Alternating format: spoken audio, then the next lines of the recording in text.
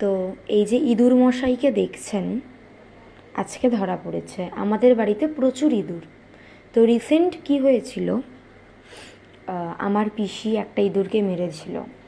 তো মেরে দেওয়ার ফলে আমি খুব কান্নাকাটি করি, চিৎকার ঝামেলা করি। তারপরে আমার বাড়ির লোক বলে যে না, ইঁদুরের আঠা আনবে, ইঁদুরের বিষ আনবে।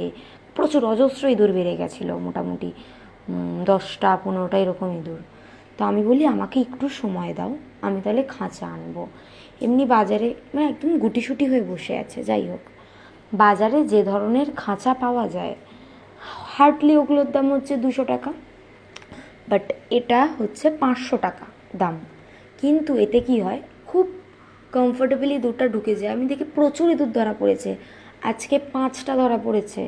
প্রচুর, খুব ভালো খাঁচাটা, ঠিক আছে, মানে দারুণ খাঁচা। এক কথায় আপনারা যদি কিনতে চান